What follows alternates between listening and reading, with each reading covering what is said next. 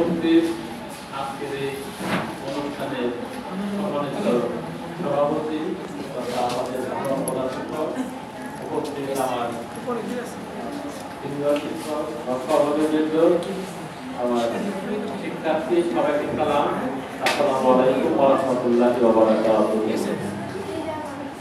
আমার মনে হচ্ছে তোমরা আজকে অনেক তথ্য জেনে গেছো। যেহেতু আজকে ২ ফেব্রুয়ারি, আমাদের প্রিয় ছাত্ররা অনেক তথ্যবহুল বক্তব্য দিয়েছে, তোমরা শুনেছো। আমরা এখন গিয়েছিলাম একটা প্রাইমারি স্কুলে পড়তে, আদিত্য মেমোরিয়াল। ওইখানে খুব ভালো লাগলো, খুব ভালো লাগলো। তোমাদের তো ছোট জুনিয়র 3 পড়ে, ওরা ইংরেজিতে বাংলাদেশ সম্বন্ধে বলতে পারলো সবার সামনে। বাংলাদেশ সম্বন্ধে ইংরেজিতে 5 মিনিট, একটা না, একটু খাবেও নাই, একটু বাদেও নাই। সুতরাং তোমরা কিন্তু হাই স্কুলে পড়ো, তোমাদের তো সেটা পর আর একটু মজবুত, শক্ত, স্ট্রং হওয়া লাগবে। এবং সেই চেষ্টা আমরাও করবো, তোমরা সেটাকে গ্রহণ করবা।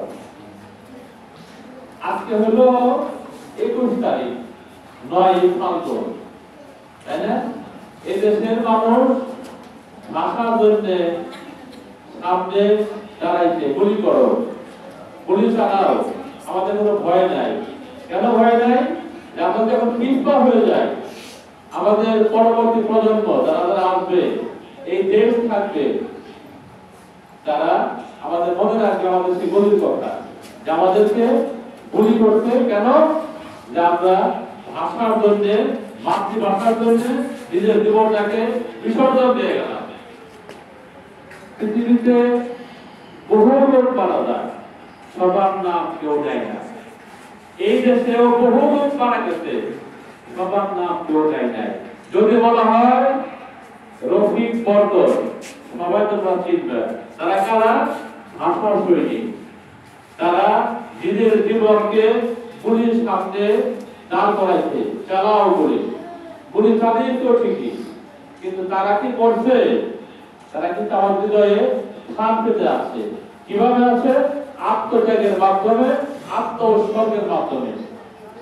মানুষ এভাবেই পৃথিবীতে টিকে থাকে এবং চিরদিন তাদের মনে রাখে তাদের কৃতকর্মের জন্য।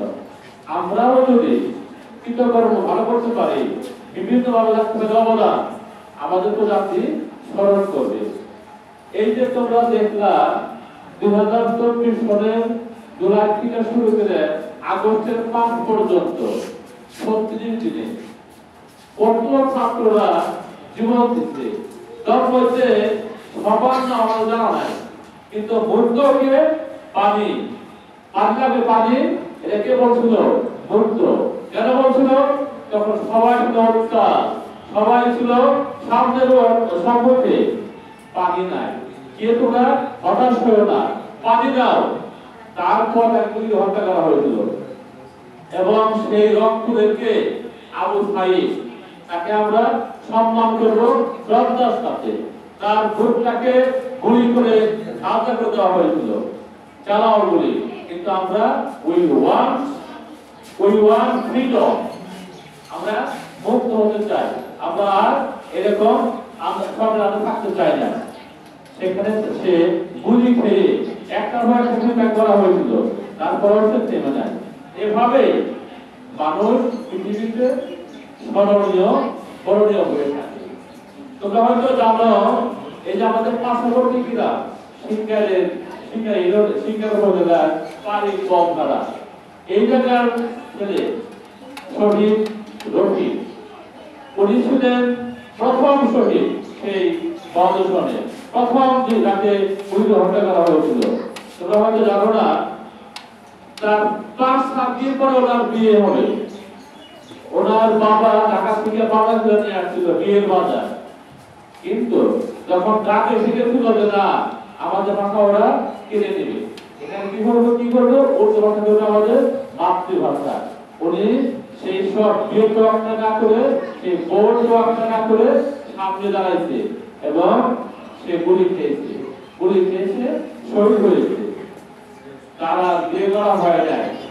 এবং সেই মেয়েটা যার বিয়ে কথা হয়েছিল সেই মেয়েটা কোনোদিন বিয়ে করে নাই, সেভাবে তার জীবনটাকে কাটিয়ে দিচ্ছে যে আমি একজন বীর শ্রেষ্ঠ, আমি একজন বীর শহীদের স্ত্রী হব থাকবো, আমি আর কাউকে আমি আর হব না, সে আর হয়েও নাই। এভাবে সে তার জীবনটাকে কাটিয়ে দিয়ে গেছে।